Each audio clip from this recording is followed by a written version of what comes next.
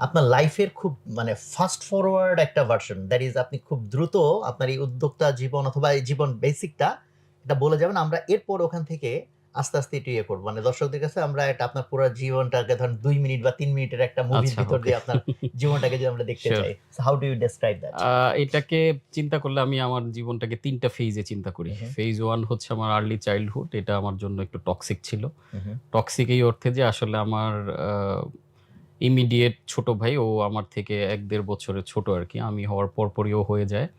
তো হওয়ার ফলে যেটা হয়, আমার ফ্যামিলি আমাকে মূলত আমার দাদির কাছে পাঠিয়ে দেয়। আচ্ছা। তো এই জার্নিটা ওই ছোট বয়সে আসলে অত না বুঝলেও এটা আসলে যেটা করে, বাবা-মায়ের কাছ থেকে আমার একটা ইমোশনাল ডিট্যাচমেন্ট হয়ে যায়। তো দাদির কাছে বড় হওয়ার কারণে আসলে তার সাথে অ্যাটাচমেন্টটা হয়। ৫-৬ বছর ওইখানেই বড় হই। তো একদম আর্লি চাইল্ডহুডটা মূলত আমার কেটেছে আমার দাদির কাছে, তার কাছে বড় হওয়া। তো ওই যে বাবা-মায়ের সাথে যে ইমোশনাল ডিসট্যান্সটা, এটা আসলে আমি খুব ফিল করতাম ওই সময়। যখন আচ্ছা। জি। আমি ফ্যামিলিতে আবার কামব্যাক করি, তো অনেক কিছু আসলে চিন্তাধারা মিলত না। ওইখানে যে স্পেসটা পাইতাম এখানে হতো না। তারা হয়তো বেশি কড়া শাসন করত। ওই শাসনের ভাষাগুলো হয়তো নিতে পারতাম না। তো যার কারণে আসলে ওই ডিট্যাচমেন্টটা আমার লাইফে খুব বড় ধরনের একটা পরিবর্তন নিয়ে আসে। যেটা হলো আমি এট দ্য এজ অফ 21 একটু আর্লি এইজে বিয়ে করে ফেলি আরকি। তো বিয়ে করার পরে ফ্যামিলিও আবার এটা মেনে নেয় না। তো মেনে না নেওয়ার ফলে আমার একটা স্ট্রাগলিং জার্নি শুরু হয়। তো তখন থেকে আসলে কি করব ওই চিন্তা করে মূলত আসলে উদ্যোক্তা হওয়া ছাড়া কোনো উপায় ছিল না আসলে তখন। কারণ ওই বয়সে চাকরি-বাকরিরও সুযোগ ছিল না। বাট আপনার তো পড়ালেখা কোন লাইনে ছিল বা? আমার পড়াশোনা নরমাল যেই পড়াশোনা হুম, হুম। সবাই আচ্ছা। ইন্টারমিডিয়েট করে অনার্স মাস্টার্স সেই আচ্ছা। প্রসেসেই ছিলাম। পড়াশোনা চলাকালীনই মূলত আমি বিয়েটা করে ফেলি আরকি। ওকে।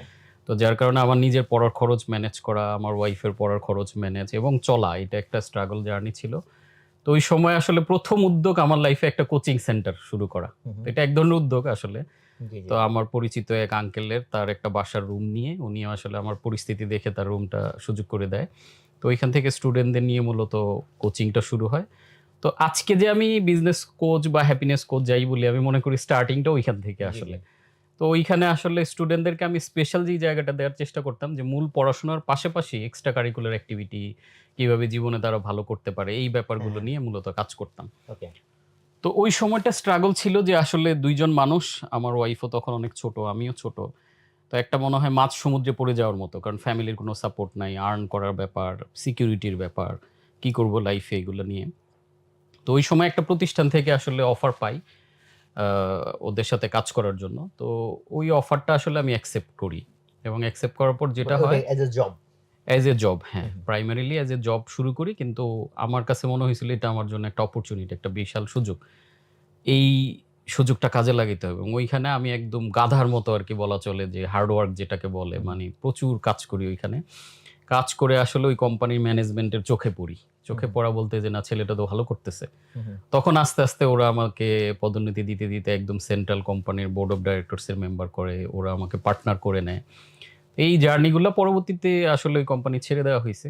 দেন আ এই লার্নিং গুলো থেকে আমার কাছে মনে হইছে যে আমার স্টার্টিং থেকে ডিরেক্টর হওয়া পর্যন্ত কত বছরের জার্নি ছিল এটা? এইটা অলমোস্ট ৩ বছর, ৩ তাহলে তো ৩.৫ এটা বছর। অনেক কুইক, মানে মাত্র ৩ বছরে আপনি ৩ একদম বছরে, হ্যাঁ। ডিরেক্টর? মানে আচ্ছা, খুব মানে মাশাআল্লাহ। এমনও হইছে যে আমি ওই আচ্ছা। কোম্পানির ওই হুম। ফ্লোর মেট আমি ঘাড়ে করে ঢাকায় নিয়ে আমাদের লোকাল একটা ব্রাঞ্চ ছিল। ওই আচ্ছা, আচ্ছা। দায়িত্বটা আমি পালন করতাম। ওইটাকে হুম, হুম। লিড করা। আচ্ছা। মানে অফিস পিয়নের কাজ থেকে শুরু করে ইভেন এমন হইছে যে আমি টয়লেটও ক্লিন হুম, করতেছি। হুম, হুম, হুম। এতটুকু ডেডিকেটেড ছিলাম আচ্ছা, আরকি। আচ্ছা।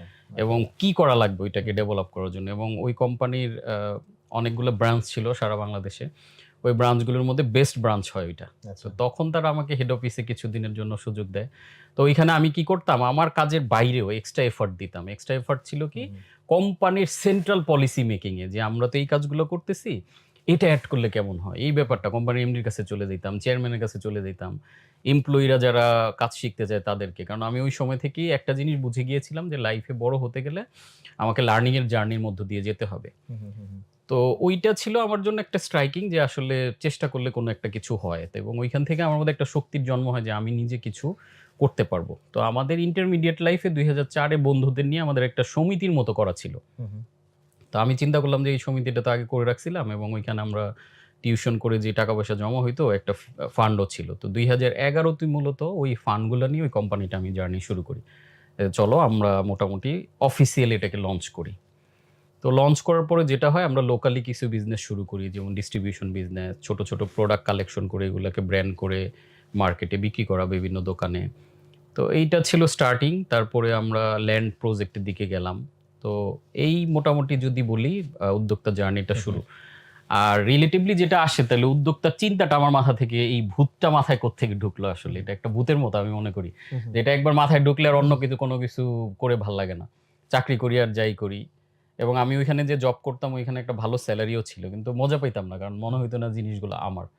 এই ভূতটা আমার মাথায় প্রথম ঢোকে আমি মেট্রিক পরীক্ষা শেষ করে ওই ৩ মাসে তো আমাদের একটা অফ পিরিয়ড থাকে আসলে, ওই সময় জি। তেমন কোনো অ্যাক্টিভিটি থাকে না, আমরা কোচিং করি বা প্রস্তুতি নেই অ্যাডমিশনের।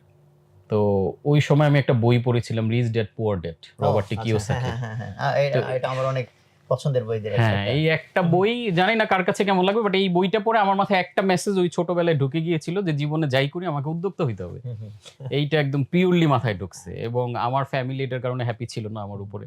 তারপরে তো বিয়ে করে ফেললাম, আরো আনহ্যাপি, কারণ তাদের টার্গেট ছিল যে অ্যাজ এ স্টুডেন্ট হিসেবে ভালো ছিলাম, এলাকার ভালো স্টুডেন্ট, তুমি বিসিএস করবা আলটিমেটলি। এবং ইনফ্যাক্ট আমার ছোট ভাই বিসিএস ক্যাডার স্টিল। তো এই জিনিসটার কারণে আসলে ফ্যামিলি থেকে ডিটাচমেন্টটা আরো হয়, ছোটবেলার ডিটাচমেন্টটাও ছিল। তো ওই বইয়ের যে ভূতটা, এটা মূলত মাথায় ঢুকে যাওয়ার পর থেকে 11তে প্রপারলি যাত্রা শুরু করলাম। কিন্তু যেটা হয়, আমরা কোঅপারেটিভ সোসাইটি নামে করেছিলাম, এবং আপনি জানেন যে 2011-12 দিকে সোসাইটি গুলা ভালো বুমিং এর পর আবার হঠাৎ করে একদম, মানে কি কিছু বলে, কন্ট্রোভার্সি। কন্ট্রোভার্সিও শুরু হয় মান্থলি প্রফিট দেওয়া আদার্স অন্য ইস্যুর কারণে। জাতীয়ভাবে জিনিসটা ক্রাশ করে, মানে এই বিজনেসটাই ফল করা শুরু করে। তো 12র পর থেকে মূলত আমাদের এখানেও অনেকগুলা ঝামেলার আমরা সম্মুখীন হই, কারণ আমাদের কোঅপারেটিভের পলিসি ছিল যে পাবলিকের বিনিয়োগ নেওয়া হতো, ডিপিএস হোক, এমপিডিআর, বিভিন্ন প্রজেক্টের মাধ্যমে। এবং এগুলো আমরা কি করতাম, হয়তো বাজারে লোন দিতাম অথবা নিজেরা কোনো প্রজেক্টে বিনিয়োগ করতাম। তো সেটা ল্যান্ড হোক বা অন্যান্য। তো এইগুলো তো টাকাগুলো আসলে একটা প্রজেক্টে ঢুকে গেলে এটা বের হইতে একটা লং টার্ম সময় লাগে। কিন্তু হঠাৎ যখন সারা বাংলাদেশে এই জটিলতা শুরু হয়, তখন আসলে একসাথে প্রেশার তৈরি হয়, চলে আসে যে আমাদের টাকা ফেরত দেন। এখন সকল গ্রাহক যদি এট এ টাইম টাকা ফেরত চায়, এটা বাংলাদেশের কোনো ব্যাংকের পক্ষেও দেওয়া সম্ভব না, যেটা আমাদের পক্ষেও টাফ ছিল। যার কারণে আসলে ওই ব্যবসাটা পুরোপুরি ফল করে, এবং আমি মোটামুটি একটা বড় ধরনের ঋণগ্রস্ত হয়ে যাই। আমাদের অ্যাসেট আছে বাট ক্যাশ টাকা নাই। তো তখন মানুষজন, মোটামুটি কত টাকার মতো এটা ছিল টোটাল সাইজ? এটা মূলত লেনদেনটা 6 কোটি টাকার মতো ছিল। আমরা 3 কোটি টাকা পর্যন্ত মিনিমাইজ করতে পারছিলাম। মানে আমাদের অ্যাসেট যা আছে ইনস্ট্যান্ট ব্যাংকে ক্যাশ দিয়ে বাকি 3 কোটি টাকা মূলত পেন্ডিং হয়ে যায়। মানে মানুষজন টাকা পাচ্ছে, আমি রীতিমতো এক ধরনের পলাতক হয়ে যাই তখন থেকে আরকি। ফেরারি আসামি টাইপ, কারণ আমার নামে 8টা মামলা হয় তখন। ও মাই গড। এই হলো মানে শর্টলি আমার লাইফটাকে যদি চিন্তা করি।